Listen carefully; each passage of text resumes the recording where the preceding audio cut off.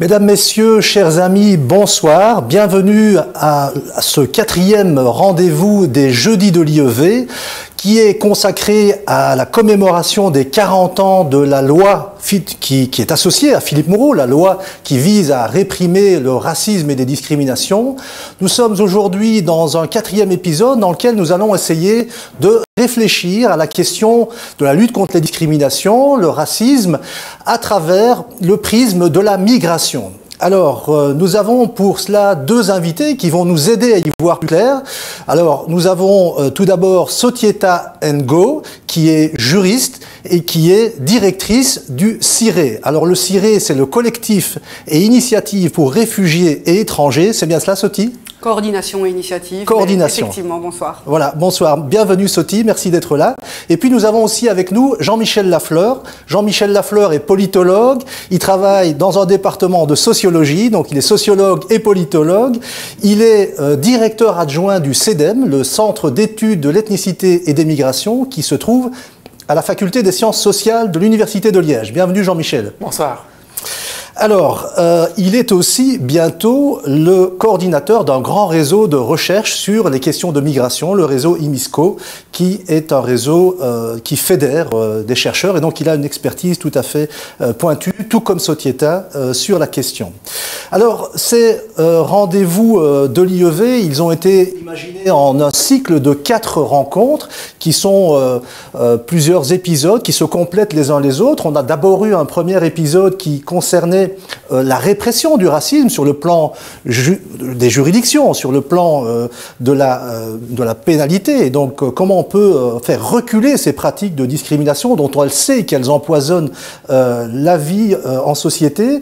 Et puis on a eu un deuxième épisode sur les manifestations du racisme et notamment les nouvelles mutations de cette question. Il y a de nouveaux enjeux qui émergent avec des questions qui sont aujourd'hui très en lien avec la problématique des afrodescendants qui ont été largement explorées dans ce deuxième rendez-vous.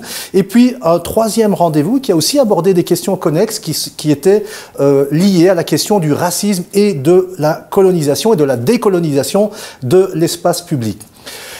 Je suis moi-même Hassan Bousseta, chercheur à l'Université de Liège également. Je suis, pour ceux qui suivent la vie politique, un ancien sénateur du parti, et j'aurai le plaisir d'animer cette rencontre aujourd'hui. Alors, on a voulu poser la problématique des migrations dont on sait, Soti, on sait que la problématique de la migration, eh bien, elle est aussi souvent associée à des peurs, à des phénomènes de rejet qui alimentent toute cette problématique du racisme et des discriminations. Et la migration, d'une certaine manière, elle s'est imposée comme un des sujets majeurs de la vie de nos sociétés en ce début de siècle. Alors, il n'y a pas un jour où il n'y ait pas une actualité liée de près ou de loin à ce sujet, et des actualités qui sont souvent des actualités qui mettent en scène et qui mettent en récit des situations de détresse, de souffrance, des situations des hommes, des femmes, parce qu'ils sont contraints de quitter leur pays, sont confrontés à des dispositifs de contrôle qui sont des dispositifs qui posent d'énormes problèmes, et notamment pour les droits fondamentaux de ces personnes, et puis qui ensuite posent toute une série de questions à nos sociétés, à quelle place nos sociétés réservent à la différence, à l'altérité. Alors, la migration soulève d'énormes questions pour nos sociétés, mais elle nous interpelle aussi, chacun d'entre nous, dans notre singularité, dans notre individualité, dans notre fort intérieur. Elle soulève chez beaucoup d'entre nous un élan humaniste qui veut tendre la main à ses frères et sœurs en humanité. Ces migrants qui sont là sont quelque part tout à fait dans notre communauté, et on voudrait les accueillir dans notre communauté comme il se doit, avec humanité, avec un esprit d'hospitalité. Il y a aussi, et c'est pour cela qu'on débat, il y a aussi dans notre société de l'inquiétude et des passions tristes, la peur, le rejet, voire même la haine. Alors, si ces migrations soulèvent des enjeux en termes de racisme, de lutte contre les discriminations, bien, on peut tout de même rappeler que la migration, c'est un phénomène de longue durée, c'est un phénomène qui a toujours existé, et pour reprendre une belle expression, je ne sais pas à qui l'attribuer, je l'ai entendu chez Édouard Delruel, j'aime beaucoup cette expression qui dit que la migration est d'une certaine manière la respiration naturelle de l'humanité. J'aime beaucoup cette expression parce que on doit avoir avoir sur ces réalités cette attitude, me semble-t-il, de regarder les choses en face et avec une humanité qui ne doit jamais être démentie. Alors, on commémore en même temps aujourd'hui et hier, on commémorait les 75 ans de l'accord qui a fait venir en Belgique des générations de travailleurs italiens pour venir remporter la bataille du charbon, ce qu'on a appelé la bataille du charbon, travailler dans les secteurs qui avaient besoin de main-d'œuvre après-guerre. Et en même temps, lorsqu'on regarde les médias d'information générale sur l'actualité, eh bien, on voit que la question soulève vraiment des très grandes difficultés et de nombreuses interrogations. Alors, y a-t-il dans notre époque particulière des choses qui font que ces questions deviennent très difficiles, deviennent très polarisantes, deviennent très clivantes? Y a-t-il des éléments d'explication? On va essayer de le voir avec vous cet après-midi, ce soir, à travers vos interventions. Alors justement, pour poser toute cette difficulté que les populations peuvent vivre, hein, il y a des difficultés, mais il y a aussi des choses très remarquables. C'est pour cela qu'il y a une polarisation. On voit bien qu'il y a une partie de la société qui nous dit aujourd'hui attention, nous avons des craintes, et puis on a toute une partie de la société qui se mobilise et qui se solidarise, et on l'a vu encore depuis 2015 à travers des initiatives comme la plateforme pour les réfugiés à Bruxelles, mais aussi partout ailleurs en Wallonie et en Flandre. Donc il y a des réactions contrastées et on va essayer de les discuter, de les analyser tout au long de cette soirée. Alors, avant de donner la parole à nos deux invités, parce que je ne voudrais pas non plus monopoliser la parole, je voudrais, pour vous lancer dans une première série d'interventions, je voudrais vous proposer de visionner un court extrait vidéo qui montre une réunion qui s'est tenue dans la commune de Walcourt, au cours de laquelle était discutée une problématique qu'on connaît bien, qui est celle de l'installation d'un centre d'hébergement pour réfugiés et demandeurs d'asile. Alors on va regarder cet épisode et puis tout de suite, on réagit avec Sautier Tango et avec Jean-Michel Lafleur. Moi, je suis concitoyen, je paye des impôts comme toi, et j'ai un mot à dire ici, ok? Silence! Silence! Est-ce qu'il y a moyen de parler? Les esprits étaient plus qu'échauffés dans la petite école de Chastré hier soir. Dans une salle pleine à craquer, la bourgmestre et les responsables de faits d'asile tentent d'informer la population sur la venue prochaine de 210 demandeurs d'asile répartis dans 2 villages. Propos haineux, racistes, chahutages, visiblement certains riverains ne voient pas d'un bon œil l'arrivée des réfugiés. De toute façon, ces gens-là ne veulent pas s'intégrer et on ne veut pas les recevoir chez nous. C'est vrai que vous ne les connaissez pas encore. Pourquoi est-ce qu'on estime que ça se passerait mal? Pourquoi est-ce que ça se passerait mal? Justement parce que c'est des différences de coutumes, de valeurs, de traditions. Qu'est-ce qui causerait de l'insécurité avec leur arrivée? Mais on est un petit village, je veux dire, allez, il n'y a pas de clôture autour de nos maisons. Je vais faire mon jogging tous les jours. Qu'est-ce qui va se passer si je rencontre quelqu'un, si j'ai un problème, si je veux sortir chez moi, si... Beaucoup de clichés et de stéréotypes qui traduisent une peur irrationnelle des habitants. Voilà, Sautieta, je me tourne vers toi. Qu'est-ce que cela t'inspire de voir cet extrait, de voir ces craintes, et ces craintes qui sont souvent basées sur des constructions un peu mythologiques, sur des préjugés? Quelle est ta réaction? Mais ma réaction est d'abord d'avoir envie d'aller vers ces personnes. Vers ces personnes, alors qu'on pourrait adopter l'attitude de se dire mais c'est condamnable, comment on peut tenir des propos pareils, parce que c'est quand même interpellant les propos qui sont tenus. Mais c'est pas, j'ai pas d'abord envie de condamner, j'ai envie d'écouter et de rassurer. Un peu, j'aurais probablement la même impression par rapport à un enfant qui me dit qu'il y a des monstres sous son lit. J'aurais envie de lui expliquer, de lui dire je vais m'asseoir, je vais t'expliquer, en fait il n'y a pas de monstre sous ton lit. C'est aussi creux que cela le propos. Mais c'est une réelle peur, une peur sincère qui est exprimée. On voit bien que ces personnes sont nerveuses et ont le sentiment que c'est leur quotidien qui va changer. Ça évoque aussi l'histoire de la Belgique et des vagues de migration de Belges, parce que ce qui est dit là, ce n'est pas des propos nouveaux à l'égard d'une migration nouvelle. Ce sont des propos qui ont déjà été tenus à l'égard de migration, y compris lorsque c'était les Belges qui migraient. Et donc c'est plutôt une envie de me rapprocher de ce public-là parce que je suis convaincue qu'avec des explications, des informations, de la compréhension, on peut être d'accord.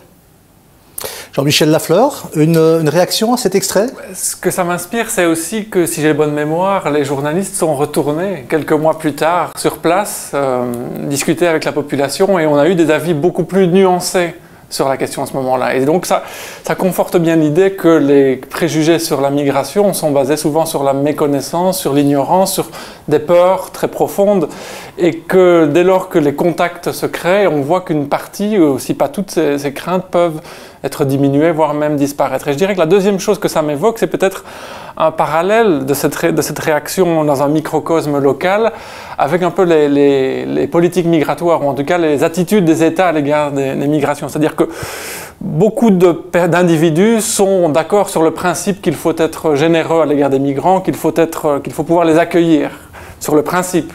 Mais quand on est concerné personnellement au niveau local, on voit, comme ici dans la vidéo, que ces grands principes parfois sont dépassés par des craintes. Eh bien, c'est un peu la même chose, je dirais, au niveau européen, où on voit que l'Union européenne s'affirme sur la scène internationale comme le défenseur des droits de l'homme, comme une union des valeurs, qui met vraiment les droits de l'homme en avant. Mais quand il a fallu, en 2015, 2016, 2017, réfléchir sérieusement à un accueil, à une répartition sur le territoire européen de ces nouveaux demandeurs d'asile, eh bien on a vu qu'on n'a pas eu d'accord et on n'a pas eu de solution humaine à cette question. Et donc voilà vraiment les deux choses que ça m'évoque. Alors on va revenir tout à l'heure sur la question qui sont des questions d'actualité, puisque il y a une nouvelle réflexion au niveau des instances européennes sur une politique d'immigration, sur un nouveau pacte sur la migration. Mais revenons un instant sur cette question des préjugés. Donc si je vous entends bien, donc le préjugé est une construction, mais la bonne nouvelle c'est qu'on peut le déconstruire aussi. Alors, ce que l'on constate, c'est que les peurs sur les migrations sont basées essentiellement sur de la méconnaissance. Bon, à titre d'exemple, lorsque l'on sonde les Belges à travers des grandes enquêtes d'opinion, on constate que la plupart des Belges pensent que les migrants représentent plus de 30% de la population. Or, la réalité statistique, elle est de 16%. Alors, ce que ça nous dit, c'est que tout d'abord, il y a une idée qu'on surévalue. Donc, on a l'impression, sans doute, avec le récit médiatique qui est construit autour des migrations, qu'il y a un véritable afflux très important, ou en tout cas plus important que l'afflux réel.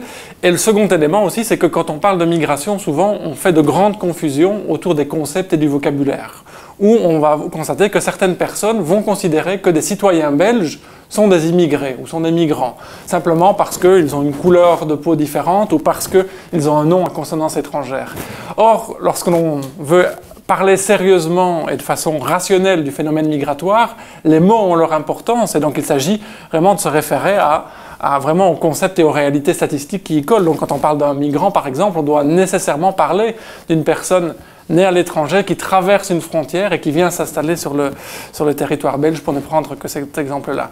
Donc ces préjugés, ces stéréotypes sur l'immigration se basent à la fois, comme je le disais, sur une méconnaissance, mais aussi sur un certain nombre d'imprécisions dans le débat sur la migration.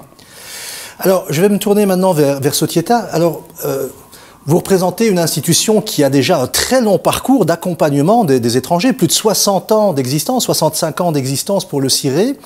Et cette histoire est aussi une histoire de mutation des migrations. Elles ont beaucoup changé entre les migrations d'après-guerre qui s'inscrivaient dans un contexte économique particulier et les migrations d'aujourd'hui. Il y a beaucoup de changements. Les migrations d'hier ont donné naissance à des phénomènes de minorités installées, dont beaucoup de descendants ne sont plus du tout des migrants. On a affaire à des populations qui sont installés et qui ont aussi des choses à dire, qui ont beaucoup de choses à dire sur la question du racisme et des discriminations, mais les nouveaux arrivants sont aussi, bien souvent, dès le premier jour et parfois à travers leur parcours migratoire, confrontés à cette question des préjugés et du racisme.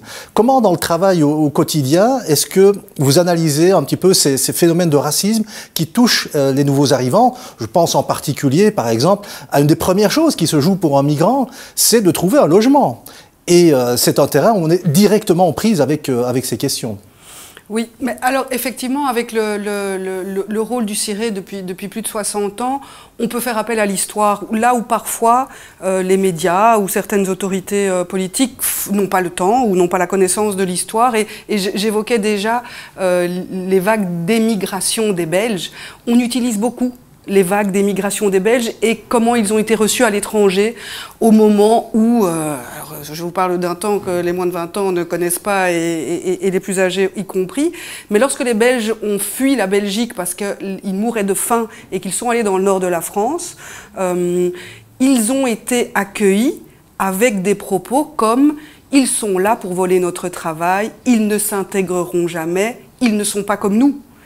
Or, alors les quelques dizaines d'années sont passées, mais c'est quand même cocasse de réaliser que des Français tenaient des propos pareils à l'égard de Belges. Alors aujourd'hui, les discriminations malheureusement sont effectivement tant dans la recherche de logement que dans la recherche d'emploi. C'est assez étayé par de la recherche, mais par des structures comme UNIA également. Et aujourd'hui, il faut essayer de refaire l'image de la Belgique. Et on peut repartir de l'histoire, mais on peut aussi parler du présent et de l'histoire toute récente. Il faut que les Belges dans leur ensemble, tous les citoyens de Belgique, la classe politique y compris, reconnaissent que la Belgique est devenue une terre d'immigration. C'est pas hier, ça ne date pas d'hier, c'est pas aujourd'hui ni 2015. La Belgique est une terre d'immigration. Tu as rappelé l'immigration italienne, notamment, dont on commémore l'anniversaire. La Convention de Genève a aussi fêté récemment ses 70 ans d'existence. C'est important de rappeler que la Belgique, c'est pas un petit pays qui ne peut pas faire grand-chose. C'est un pays central au niveau de l'Union européenne qui s'inscrit, et il est temps qu'elle inscrive sa politique migratoire dans un plus long terme, plutôt que d'y aller par à-coups. Et donc, ça ne se construit pas sur le temps d'une législature, ça se construit sur un temps plus long. Et les discriminations, on est là pour commémorer l'anniversaire de la loi Moureau.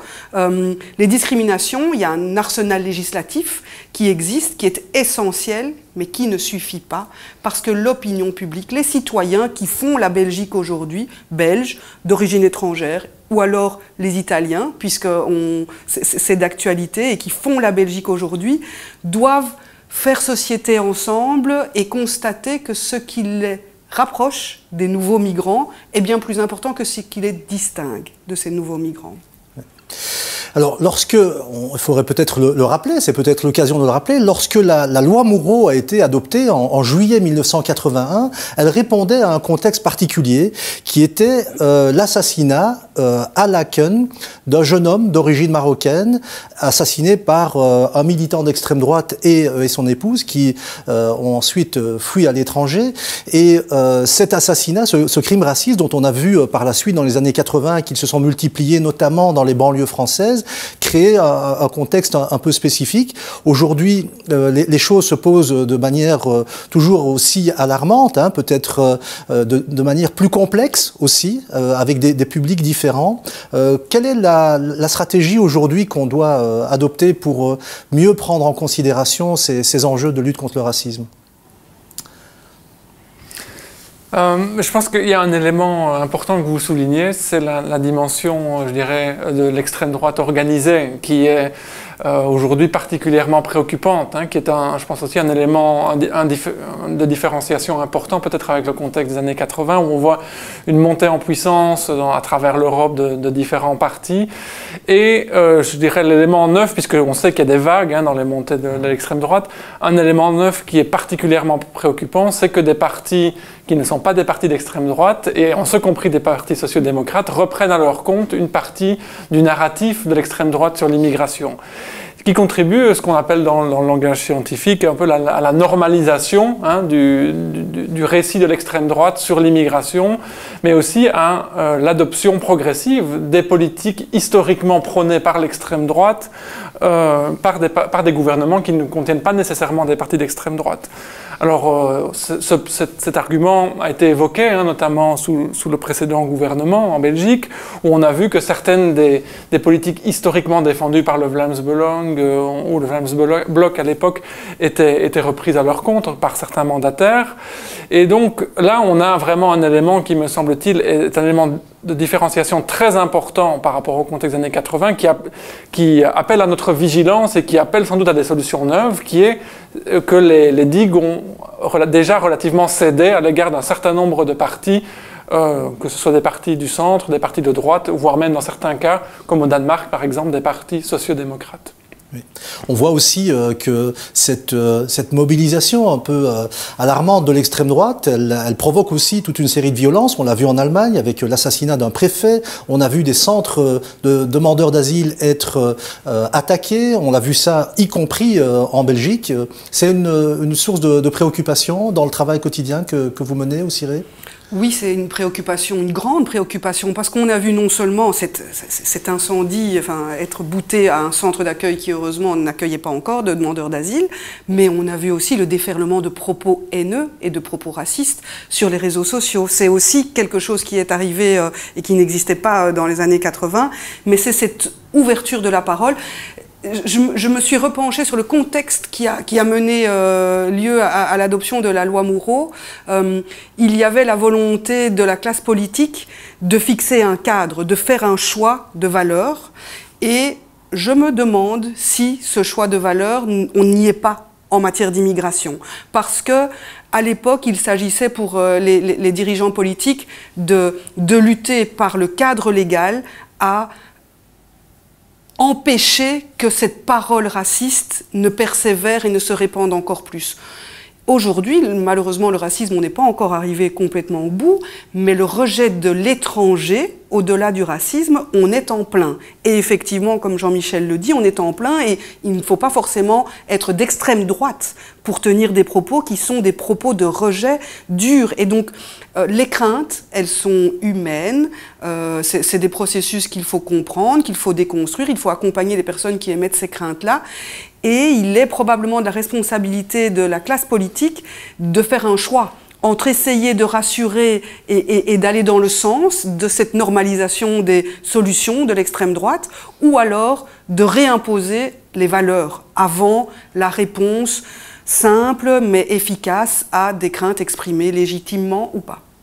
Alors, puisque vous parlez de l'importance du discours politique, et un discours politique qui tend, comme le disait Jean-Michel Lafleur, à normaliser, je vous propose peut-être maintenant de jeter un coup d'œil sur un deuxième fragment vidéo qui va nous donner un peu un aperçu de ce qui se dit en matière de migration.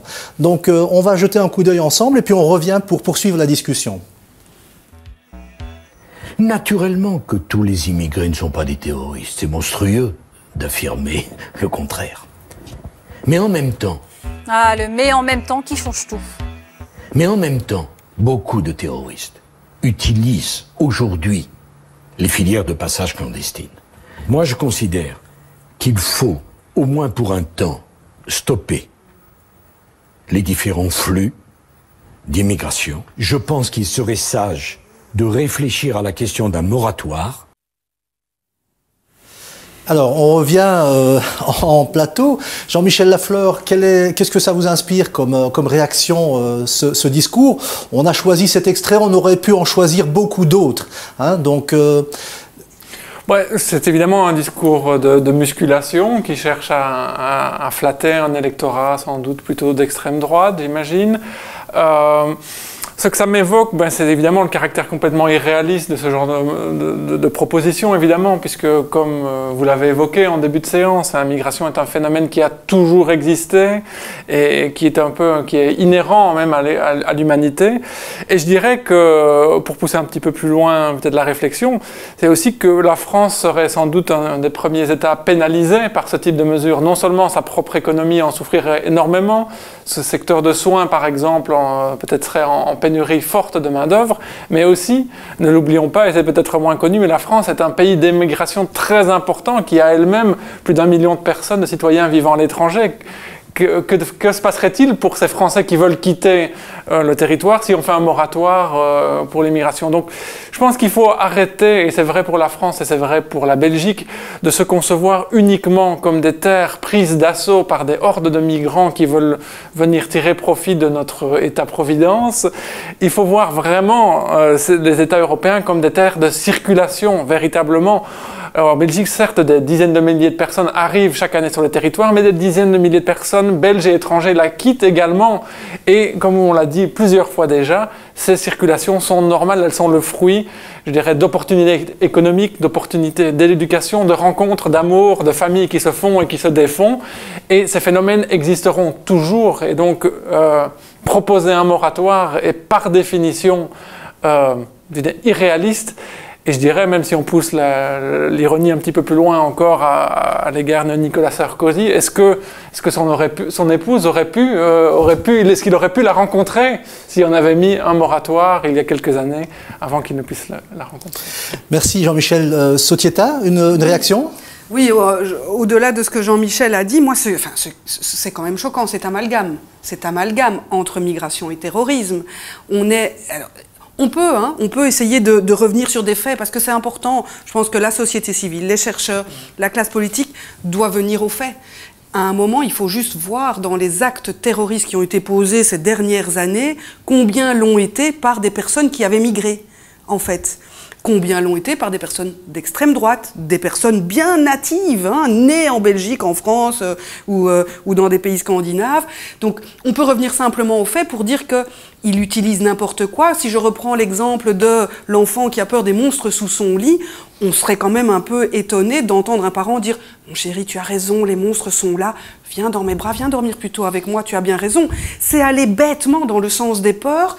Et pourquoi? Ben oui, c'est parce qu'il y a un enjeu électoral. Dans une période où la situation économique n'est pas des plus réjouissantes et en tout cas ne fait pas l'objet de beaucoup d'optimisme pour la population, on se sent un petit peu en insécurité sur son avenir, l'avenir de ses enfants ou l'avenir de ses parents. Il n'y a pas de meilleure arme pour un homme politique en campagne, parce que c'est de ça qu'il s'agit, que d'utiliser la peur et la peur de l'autre. La peur de l'autre étranger, homosexuel ou personne handicapée. Là, c'est sur les étrangers que ça se met. On pourrait s'arrêter là, ce serait déjà très dommageable. Le problème, c'est qu'il y a des électeurs derrière et des personnes qui font confiance à la classe politique. Et quand Nicolas Sarkozy tient des propos comme ça, d'abord, il relâche encore un petit peu plus la parole, parce que si Nicolas Sarkozy se permet de dire ça, monsieur et madame tout le monde devrait pouvoir se le permettre aussi, mais en plus s'il le dit, c'est qu'il a probablement raison. Et donc c'est condamnable ces propos-là, au-delà de la motivation qui est la sienne à ce moment-là, c'est très condamnable lorsque l'on voit cette utilisation de la migration ou des personnes migrantes à des fins électorales. Et malheureusement, en Belgique, on n'est pas du tout exempt de cette situation-là aussi. Alors, face à ces constructions politiques, ces constructions idéologiques, bien, peut-être qu'on peut revenir à la réalité des vécus et des parcours individuels des femmes, des hommes, parfois aussi des enfants, qui sont en migration. Et je voudrais vous demander de réagir à deux études qui m'ont paru intéressantes, parce qu'elles révèlent quelque chose qui est un peu contre-intuitif pour l'opinion publique. C'est l'étude qui avait été faite il y a quelques années sur les trajectoires d'intégration économique des nouveaux arrivants, et notamment des réfugiés, faite par l'ULB et la KUL, qui montrait que plus vite on va accompagner vers l'emploi, et plus vite les nouveaux arrivants vont s'autonomiser et devenir eux-mêmes producteurs de richesses. La deuxième étude, celle de la Banque nationale, qui montre que les immigrés et les nouveaux arrivants contribuent de manière positive à la croissance de notre économie et à la fabrication des richesses dans notre pays. Alors, on le voit bien, la personne qui émigre, elle vient souvent avec une énorme envie de sortir sa famille de situations difficiles. Et donc, au final, il y a aussi énormément de choses positives pour nos sociétés. Mais oui, c'est évident. La Banque nationale, elle a effectivement mis en avant l'apport des travailleurs immigrés pour l'économie en Belgique, mais elle a aussi mis en avant, et d'autres acteurs interrogés à la Chambre des représentants ont mis en avant la discrimination, le fait que justement les personnes étrangères étaient encore trop victimes de discrimination et de freins pour leur bonne intégration au marché du travail. Et on voit comment est construite l'arsenal législatif. Les freins sont de plus en plus nombreux, de plus en plus tôt, et donc effectivement alors qu'on sait, des recherches l'ont montré sur plusieurs années, on sait que plus on permet à une personne étrangère, mais ça vaut pour toute personne, plus on permet à une personne de s'émanciper, trouver sa place, contribuer, mais plus sa contribution est durable.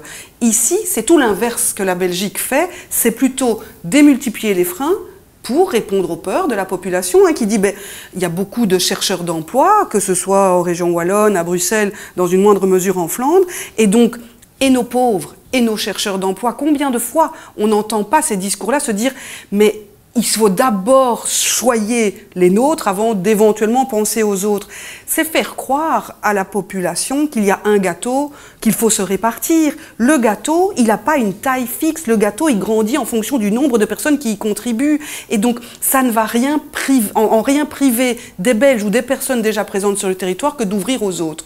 Et donc, il est temps, effectivement, de revenir à des données, parce que c'est la boussole qui doit guider tous les choix qui sont faits en termes politiques, mais aussi la boussole qui devrait guider les échanges qu'on a autour du poulet frites du dimanche midi. Se dire, arrêtons de raconter n'importe quoi et essayons de nous renseigner sur ce dont on parle. Alors, précisément, Sotieta, comment se fait-il que notamment les forces de gauche, qu'elles soient politiques, associatives, syndicales, ne parviennent pas à traduire suffisamment cette idée que l'immigration et la diversité, si on travaille sur les questions des obstacles à leur participation au marché du travail, si on abaisse les barrières discriminatoires, c'est plutôt un encouragement à l'économie, c'est plutôt une manière de débrider l'économie. Alors je ne voudrais pas faire une argumentation instrumentale disant qu'il faut absolument faire des travailleurs performants à partir de l'immigration, mais tout de même, il y a quelque chose qui est assez paradoxal. On ne parvient pas à faire admettre cette idée de manière évidente. Mais effectivement, le problème, c'est qu'il faut un peu plus d'informations.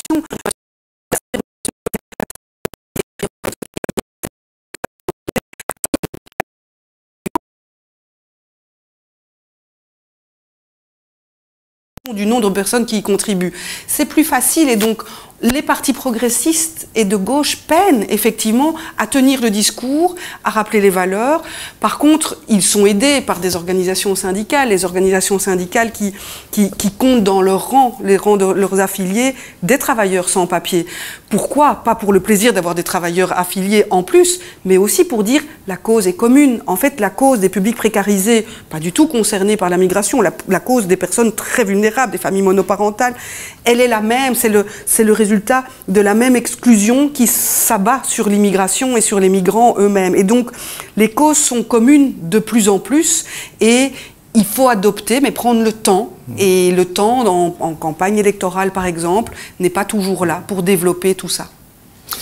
Alors, je vais justement venir vers Jean-Michel Lafleur, parce que Jean-Michel Lafleur, il y a quelques années, a, avec Abdeslam Marfouk, publié un petit ouvrage, peut-être qu'on peut le montrer à l'écran, sur précisément les questions qui sont liées à l'opinion publique. Voilà, on peut le montrer. Pourquoi l'immigration? Les questions que les Belges se posent à propos de ces phénomènes.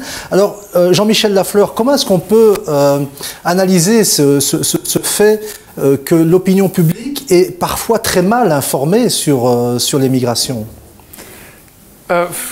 Oui, comme je le disais tout à l'heure, c'est un phénomène complexe et technique. Hein, donc il y a, pour parler de la migration, différents concepts qu'on peut utiliser. Je l'ai dit tout à l'heure, on peut parler d'immigrés, on peut parler d'étrangers, on peut parler de demandeurs d'asile, de réfugiés. Et chacun de ces concepts se réfère à une catégorie de personnes en particulier.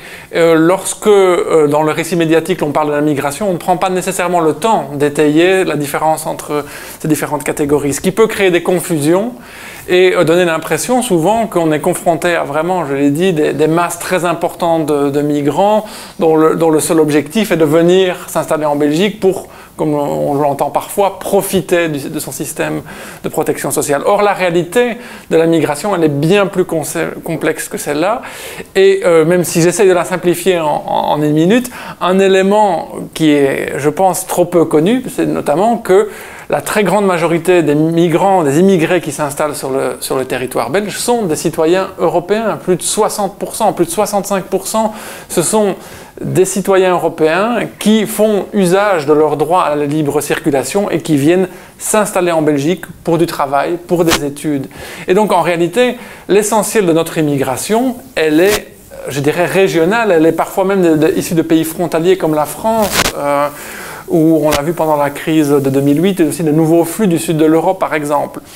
Et on peut se poser la question de savoir s'il n'y a pas un intérêt fondamental d'abord pour nos sociétés de régulariser le travail que ces personnes exercent pour l'État qui se prive de ressources, de contribution à la sécurité sociale, à ses recettes, de se dire finalement l'avantage l'emporte sur l'inconvénient dans ces processus de régularisation.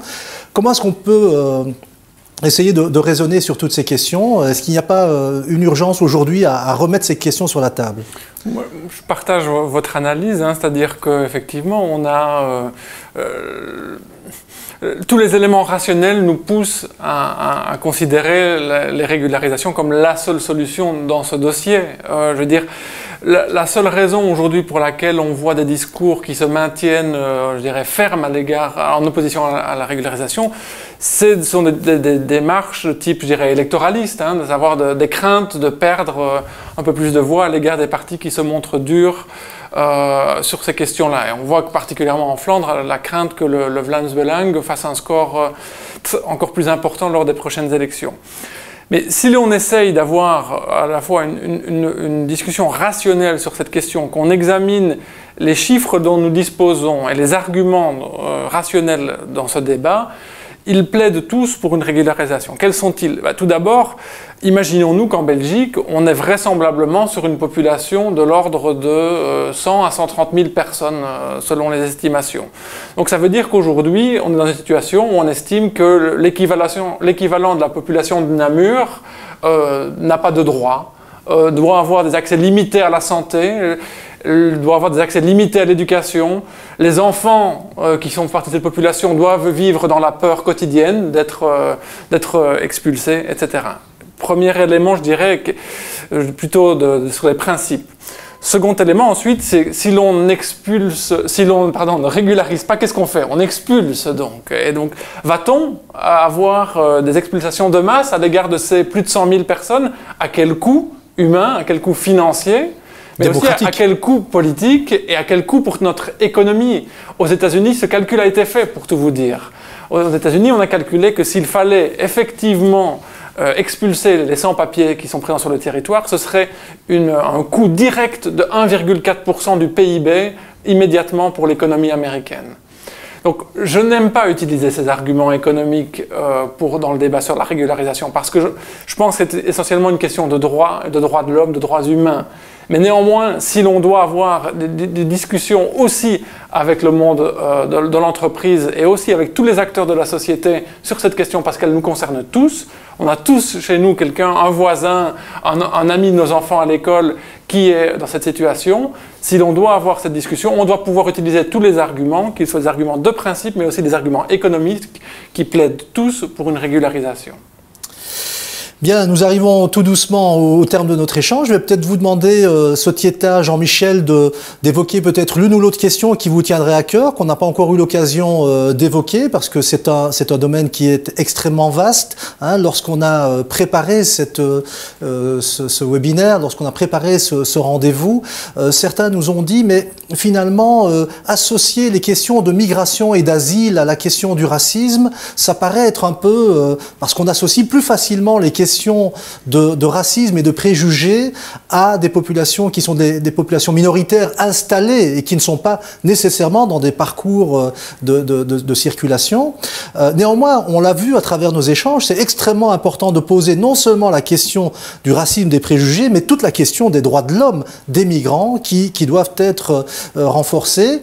Alors, on l'a vu aussi, d'ailleurs, on aurait pu en parler beaucoup plus longuement, je vais simplement l'évoquer ici, on l'a vu pendant la pandémie, certaines formes de racisme qui se sont exprimées de manière très directe contre certaines populations. Je pense en particulier aux Asiatiques qui ont été visés de manière très disproportionnée lors de ces mois de confinement. Et donc il y a véritablement une vraie logique à continuer à poser les liens entre migration, préjugés, déconstruction des préjugés et lutte contre le racisme. Alors je vous laisse peut-être une dernière prise de parole, une dernière intervention sur un aspect qu'on n'aurait pas encore évoqué, que vous souhaiteriez porter. Jean-Michel, Sotieta? Moi c'est les sans-papiers. C'est effectivement, on l'a évoqué, mais en fait, on a atteint 40 jours. 40 jours de grève de la faim. Là, ils ne sont que 4 à 500 à s'être mis en grève de la faim. Il y a des femmes, il y a des hommes, il n'y a heureusement pas d'enfants. Et un peu comme dans l'esprit de la loi Moureau, j'en viens à un appel des valeurs, un appel aux valeurs. On est ici pour essayer d'alimenter un débat et il faut remettre les valeurs avant l'intérêt électoral. C'est essentiel. Merci Sotieta. Jean-Michel ? Je dirais, pour revenir conclure sur le débat, sur les préjugés, etc., je pense que c'est important de rappeler peut-être aux auditeurs que je pense qu'on a chacun une responsabilité dans ces questions. Chacun à son niveau individuel. Nous sommes chercheurs sur ces questions, nous produisions des travaux, nous avons une voix qui porte ou ne porte pas dans ces débats. Mais je dirais qu'on n'a pas cette capacité, en tout cas je n'ai pas cette prétention de croire que je peux convaincre le tonton raciste le dimanche au coin de la table. Il est important que chacun prenne sa responsabilité dans ce débat, que chacun lève la voix quand il y a des préjugés racistes qui sont émis. Nous sommes là évidemment pour le faire aussi en tant que scientifiques. Nous sommes là pour donner, si je puis dire, les armes et les arguments pour démonter ces préjugés, mais chacun dans la société doit le faire. On a vu de nombreux excellents exemples dans la société, notamment avec la plateforme citoyenne, mais aussi dans le monde syndical, vraiment de résistance forte à l'égard du racisme et des préjugés. Et on sait que dans beaucoup d'États, ça ne se passe pas nécessairement comme ça, que le monde syndical, par exemple, a lâché déjà et est passé souvent dans le camp, je dirais, des préjugés. Donc, rappeler à chacun sa responsabilité me paraît crucial. C'est un des meilleurs moyens pour arriver à démonter ces clichés et le racisme qui est associé. Bien, voilà une belle conclusion sur la responsabilité, sur l'idée aussi que, en tant que citoyen, on peut ne pas simplement attendre des décisions politiques, mais de les anticiper, de les pousser. Donc voilà une série de réflexions extrêmement riches. Merci Sotieta, merci Jean-Michel pour votre contribution. Merci à vous de nous avoir suivis sur les réseaux sociaux, sur Twitch, sur Facebook. Et je remercie à nouveau tous ceux qui nous ont accompagnés, tous ceux qui nous ont aidés pour préparer cette rencontre. Merci à toutes et à une très prochaine fois. Merci beaucoup, bonne soirée.